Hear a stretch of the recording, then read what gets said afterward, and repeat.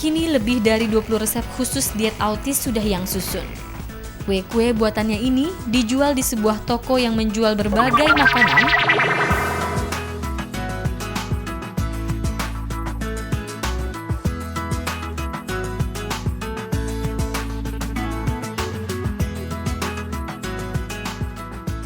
diet. Untuk para wanita, kata yang satu ini pasti sangat akrab di telinga. Maklum, bagi kaum Hawa urusan menjaga penampilan wajib hukumnya.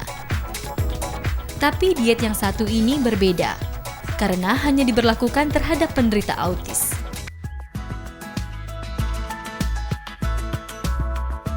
Menurut penelitian, beberapa bahan makanan dapat memicu hiperaktif penderita autis seperti Haidar.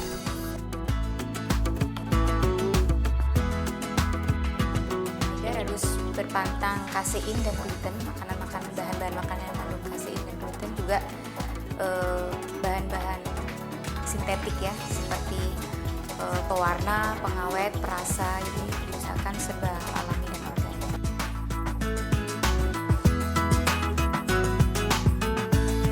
Sejak 2 tahun lalu, Haidar menjalani diet ini. Karena Haidar didiagnosa menderita Asperger Syndrome atau tingkatan teratas dari penyakit autis, di mana tingkat kematangan psikologis penderita di atas rata-rata, dengan kemampuan verbal yang sangat tinggi.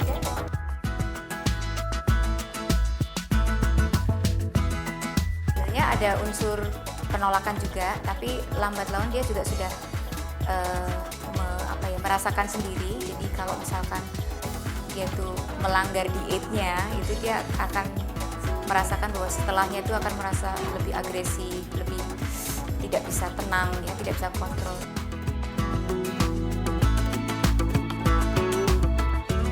Rata-rata penderita autis memiliki alergi terhadap jenis makanan tertentu. Kadang tidak hanya satu, tapi bisa beberapa jenis.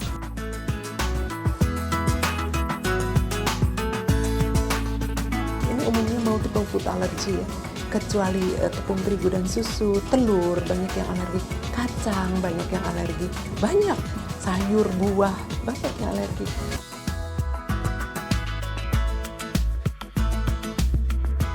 Mau tidak mau, makanan yang bisa dikonsumsi mereka menjadi sangat terbatas.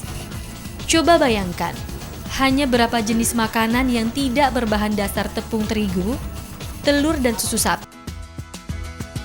Karena itu, meracik resep makanan untuk penderita autis bukan perkara mudah.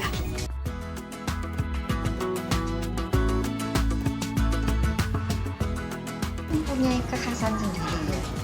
Saya memang bukan ahli, tapi dari pembicaraan atau pembahasan dengan pengalaman dengan ibu-ibu yang pesan kue, saya tahu bahwa masing-masing anak itu lain-lain gitu. Jadi yang satu masih bisa makan gula dalam jumlah terbatas meskipun demikian ya. Tetapi ada juga yang sama sekali nggak bisa. Ada yang nggak bisa telur sama sekali dan sebagainya gitu. Nah itu juga nanti masih ada lagi. Ada yang nggak bisa kentang. Jadi waduh saya nggak bisa bikin kue dari kentang.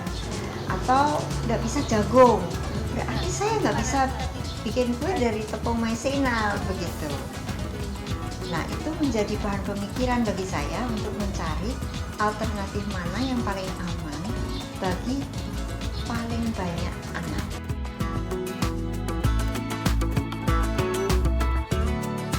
Dalam membuat makanan diet bagi penderita autis, beberapa bahan pengganti harus diperhatikan. Untuk mengganti terigu, biasanya dipakai perpaduan tepung beras, tepung sagu aren, dan tepung kanji tapioka. Jadi perlu keahlian khusus untuk membuat makanan diet ini. Karena selain rasa, faktor kesembuhan juga menjadi tujuan makanan ini.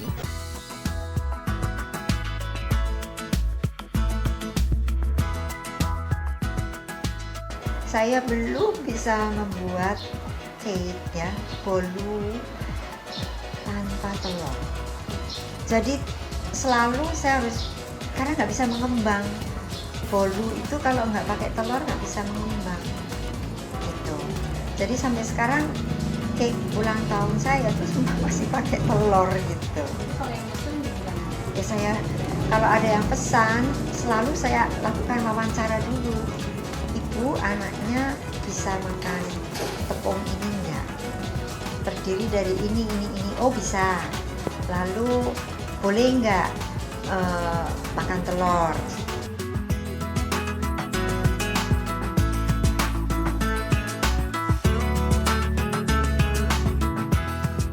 Kini lebih dari 20 resep khusus diet autis sudah yang susun. Kue-kue buatannya ini dijual di sebuah toko yang menjual berbagai makanan dan bahan-bahan organik untuk menunjang diet penderita autis.